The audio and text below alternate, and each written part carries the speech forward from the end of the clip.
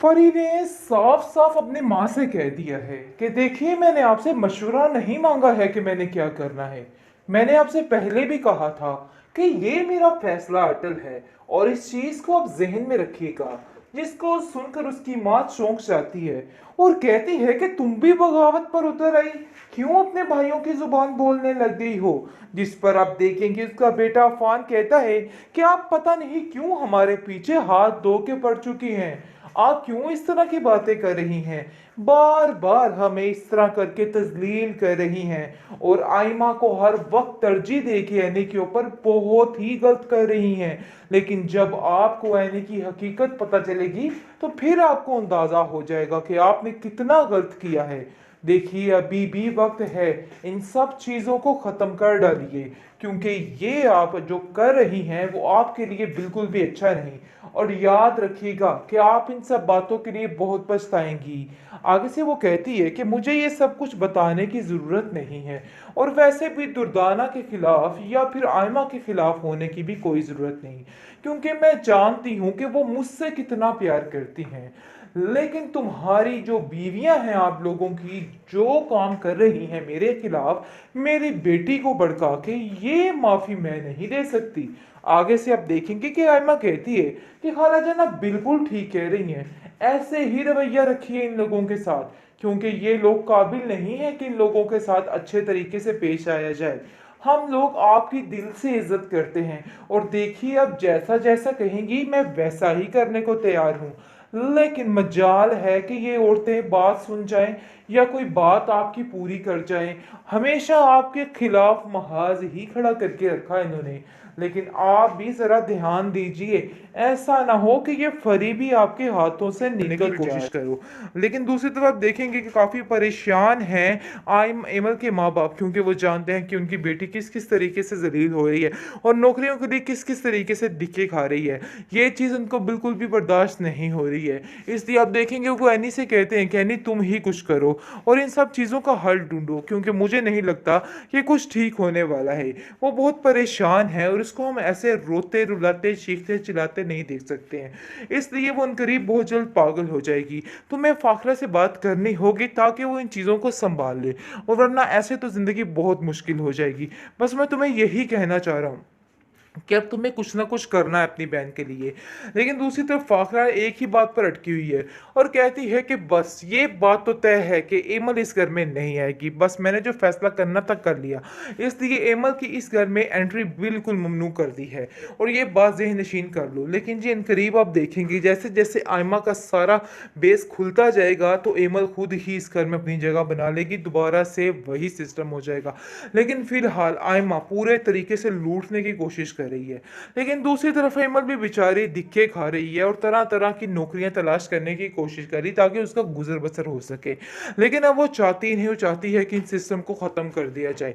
लेकिन अब देखेंगे कि ऐसा नहीं होने वाला है, इस आयमा की ही हार होने वाली है, क्योंकि उन लोगों ने जितनी चालाकी और होशियारी के साथ इस रिश्ते को किया है ये कभी भी पूरा नहीं हो सकता है। इसको यहाँ पर ख़त्म होना ही होना है, क्योंकि बहुत जल्द अफान और एनी इसका सारा असली चेहरा लेकर शहरयार के सामने ले आएंगे और उसको बताएंगे कि देखो एमल में और एनी में कितना फ़र्क है, एमल में और आयमा में कितना फ़र्क है। और इस चीज़ का जब उसको फ़र्क पता चलेगा तो वो खुद ब खुद ही इस चीज़ से पीछे हो जाएगा।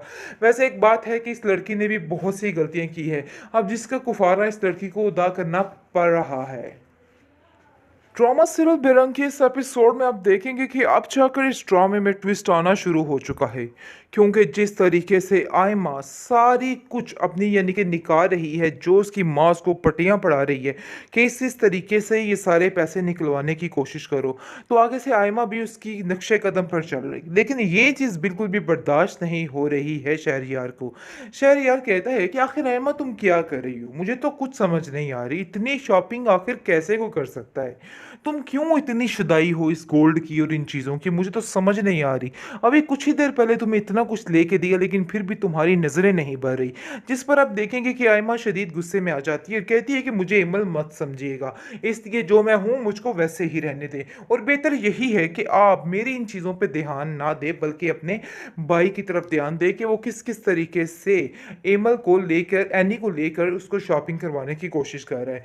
आपको हर चीज़ में यही नज़र आ रहा है। खैर अगर आप देखेंगे कि वो बुरे तरीके से शॉपिंग करने की कोशिश कर रही है, उसका पैसा असल में उसका मकसद ही ये है और वो चाहती ये है कि सिर्फ़ और सिर्फ़ पैसा अपनी मुट्ठी में कर ले और सब कुछ ठीक हो जाए। क्योंकि उसकी माँ ने उसको सिर्फ़ और सिर्फ़ एक ही बात इन सारी एपिसोड में बताई है कि बस तुमने पैसा हासिल करना है और पैसे को अपनी मुट्ठी में करना है, और उसके अलावा उसकी माँ ने उसको कुछ भी बताने की ज़हमत नहीं की है। लेकिन आप देखेंगे जी, फ़ाखरा जो है वो कहती है, क्योंकि वो एक चालाक, होशियार और मक्कार औरत है, जिसको देखकर आप देखेंगे कहती है कि आखिर आयमा तुम्हें इतनी शॉपिंग की क्या ज़रूरत पड़ गई थी? मुझे तो कुछ समझ ही नहीं आ रहा कि आखिर इतनी शॉपिंग करके तुम किधर जाना चाह रही हो? क्या करना चाह रही हो? देखो, वैसे एक बात बताऊँ, इमल ने कभी इन सब चीज़ों के लिए तंग नहीं किया था, लेकिन तुम बहुत ज़्यादा तंग करने की कोशिश कर रही हो और बहुत ज़्यादा शहरयार का पैसा खा रही हो, बल्कि ये शहरयार का नहीं, ये पूरे घर का है। इसलिए ज़रा सोच समझ कर अपना हाथ जो है थोड़ा हल्का रखो, क्योंकि अगर तुम ऐसे करोगी तो मसला तुम्हारे लिए ही बनेगा।